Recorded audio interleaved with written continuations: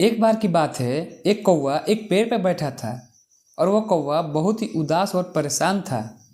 उस पेड़ पर बैठकर कौवा रो रहा था। उसी पेड़ के नीचे एक बुजुर्ग बैठे हुए थे। जब उन्होंने उस कौवे को देखा तो उससे पूछा कि तू रो क्यों रहा है। तो उस कौवे ने कहा कि मैं अपनी काले रंग और बेसुरी आवाज़ से बहुत परेशान हूँ।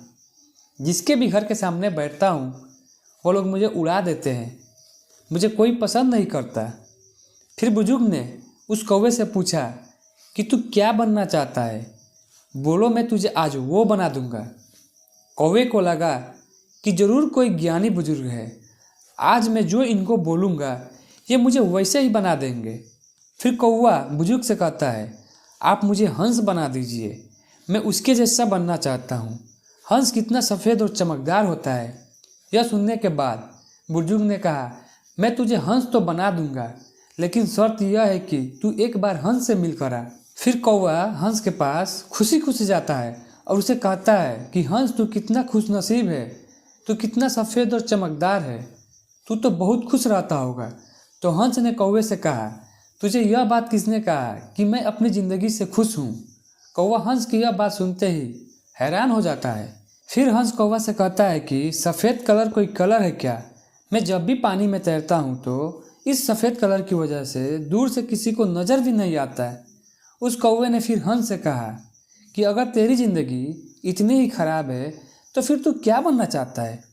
तो हंस ने कहा, अगर मुझे मौका मिले तो मैं मिट्ठू के जैसा बनना चाहता हूँ। मिट्ठू कितना मस्त और हरे कलर का होता है। उसके बाद कौवा और हंस दोनों मिट्ठू को ढूंढने के लिए निकल जाते हैं।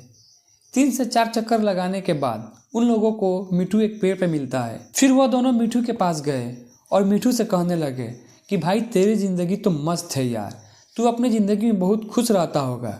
मिट्ठू ने उन दोनों से कहा, तुम्हें यह किसने कहा कि मैं अपनी ज़िंदगी से खुश रहता हूँ? फिर कौवे ने कहा कि मिट्ठू भाई तुझे क्या प्रॉब्लम है? मिट्ठू कहता है, कौवा भाई यह भी कोई रंग है हरा कलर, मैं तो पेड़ के कलर में ही मिल जाता हूँ। तुम दोनों ने 3 से 4 चक्कर लगाए मुझे ढूंढने के लिए, मैं इन पेड़ के बीच में ही नहीं दिख रहा था। फिर कौवे ने कहा कि मिट्ठू भाई तू किसके जैसा बनना चाहता है? तो मिट्ठू ने कहा कि मुझे मौका मिले तो मैं मोर के जैसा बनना चाहता हूँ, रंग बिरंगा और खूबसूरत पर वाला। अब वह तीनों मोर के पास जाते हैं। मोर को देखते ही तीनों मोर से कहते हैं कि मोर भाई कितना खुशनसीब है तू, तू जब बरसात में नाचता है तो सारे लोग तुझे दूर दूर से देखने के लिए आते हैं, तेरी ज़िंदगी तो मस्त है। फिर मोर ने उन तीनों से कहा कि तुम्हें किसने कहा कि मैं अपनी ज़िंदगी में मस्त रहता हूँ? तो फिर कौवे ने कहा कि तुझे क्या प्रॉब्लम है भाई? तभी मोर ने कहा, अब इस आवाज़ को ध्यान से सुनो जो हमारी तरफ धीरे धीरे बढ़ रही है। कौवे ने कहा कि यह किसकी आवाज़ है? तो मोर ने कहा कि यह शिकारी की आवाज़ है। हर वक्त हमें शिकारियों से बचकर भागना पड़ता है। अगर किसी शिकारी ने हमें पकड़ लिया तो हमारे एक एक पर हमारे शरीर से नोच लेते हैं और हमारी पूरी खूबसूरती छीन लेते हैं। फिर कौवे ने मोर से कहा कि तू फिर किसके जैसा बनना चाहता है? तो मोर ने कौवे की तरफ देखकर कहा कि मैं तेरे जैसे बनना चाहता हूँ। तुझे किसी बात का टेंशन भी नहीं है, जहाँ मर्जी चाहे तू वहाँ उड़ सकता है, तू किसी भी दिशा में जा सकता है। किसी भी शिकारी से तुझे डरने की ज़रूरत नहीं है, क्योंकि कोई भी शिकारी तुझे पकड़ता ही नहीं है। तुझे इंसान भी पकड़कर पिंजरे में नहीं रखते, तू अपनी मर्जी का मालिक है। मैं तो भाई तेरे जैसा ज़िंदगी जीना चाहता हूँ। यह सुनने के बाद कौवा हैरान हो गया और कौवा फिर से वापस बुजुर्ग के पास गया। फिर बुजुर्ग ने कौवे से कहा, क्या मैं तुझे हंस बना दूँ?